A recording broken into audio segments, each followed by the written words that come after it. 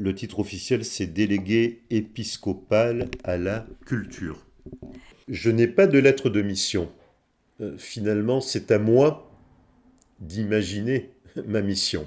Et un jour, je disais à l'évêque que si je devais définir ma mission, j'aurais un autre titre que délégué épiscopal à la culture, qui me semble un titre un peu ronflant, parce qu'il y a le mot épiscopal dedans. Mais pour moi, c'est un titre qui est trop abstrait, trop théorique, parce que voilà, c'est délégué épiscopal à la culture.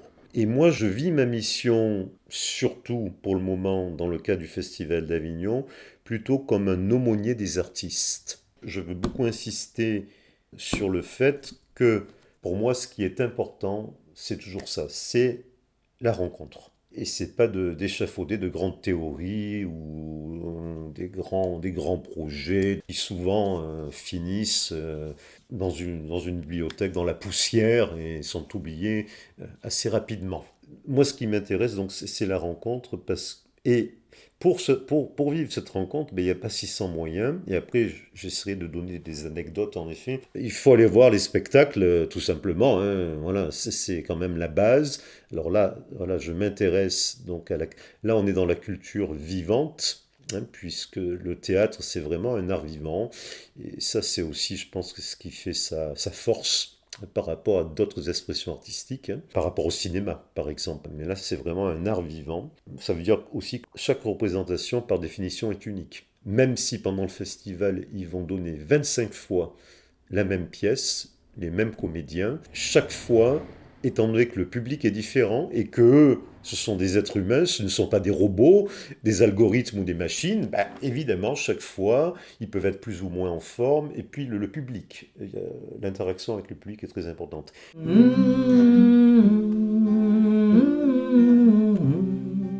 Et donc moi, quand je trouve qu'un spectacle est de très bonne qualité, j'essaie toujours de rencontrer ceux qui ont construit ce spectacle, le metteur en scène ou les comédiens, enfin voilà, d'entrer en contact avec eux. D'où, en effet, des fois des Fioretti, je pourrais dire que je devrais les noter et ne pas les laisser seulement dans ma mémoire, mais bon. Il me vient à l'esprit un spectacle dont d'ailleurs j'ai oublié le titre, simplement il y avait le mot conclave dedans. Donc évidemment, je suis allé le voir, alors c'était pas du tout un spectacle sérieux, alors même s'il y avait quand même, il y a toujours des vérités, même dans l'humour.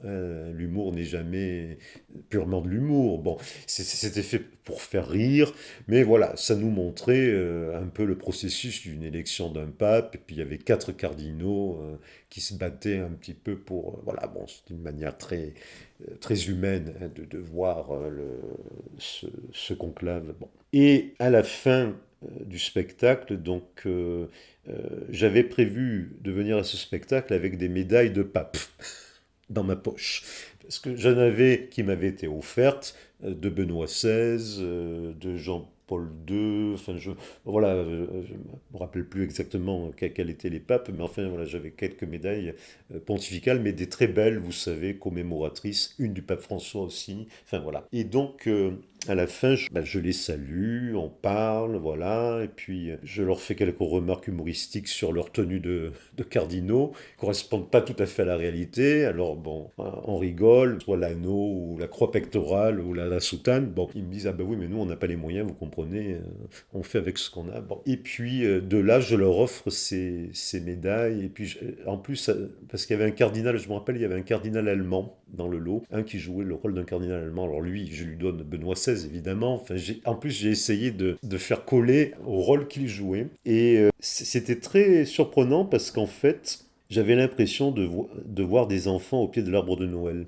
Ils étaient très heureux et très joyeux de ce geste qui, franchement, n'était pas considérable de ma part de faire ça, hein, voilà. Et à un tel point qu'ils ont demandé qu'on soit pris en photo, alors moi avec eux, et puis ils arboraient tous leurs médailles, voilà.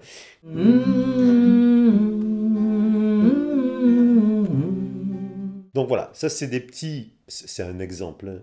Et c'est ce qui fait que maintenant, systématiquement, depuis cette réaction, je me suis dit, il faut que tu aies toujours un petit souvenir à laisser, un petit objet à laisser de la rencontre, pour signifier quelque chose, pour marquer la rencontre. Et en fait, je suis allé au petit magasin de la cathédrale Notre-Dame-des-Dons, qui a la joie d'exister.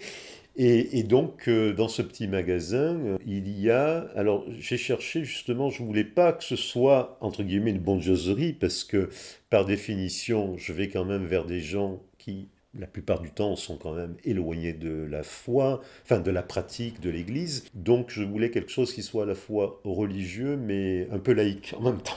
Bon, c'est pas évident. Et donc, j'ai trouvé la très belle médaille souvenir de la cathédrale, tout simplement. Elle est très belle, de Notre-Dame-des-Dons, qui représente la cathédrale, et de l'autre côté, la Vierge Marie, la Vierge dorée. Donc, à la fois, ça peut être pris comme un monument, comme un souvenir d'un monument, comme on achèterait pour Notre-Dame de Paris ou le Sacré-Cœur, et en même temps, c'est quand même la Vierge Marie, enfin voilà. Et donc, chaque année, j'en achète 40, 50 en début de festival, et systématiquement, la plupart du temps, je laisse se souvenir de la rencontre, et en général, c'est quelque chose qui touche. Et ça m'a surpris, je n'aurais pas cru. Et ça rejoint vraiment ce que je disais au départ, dans la rencontre et tout ça.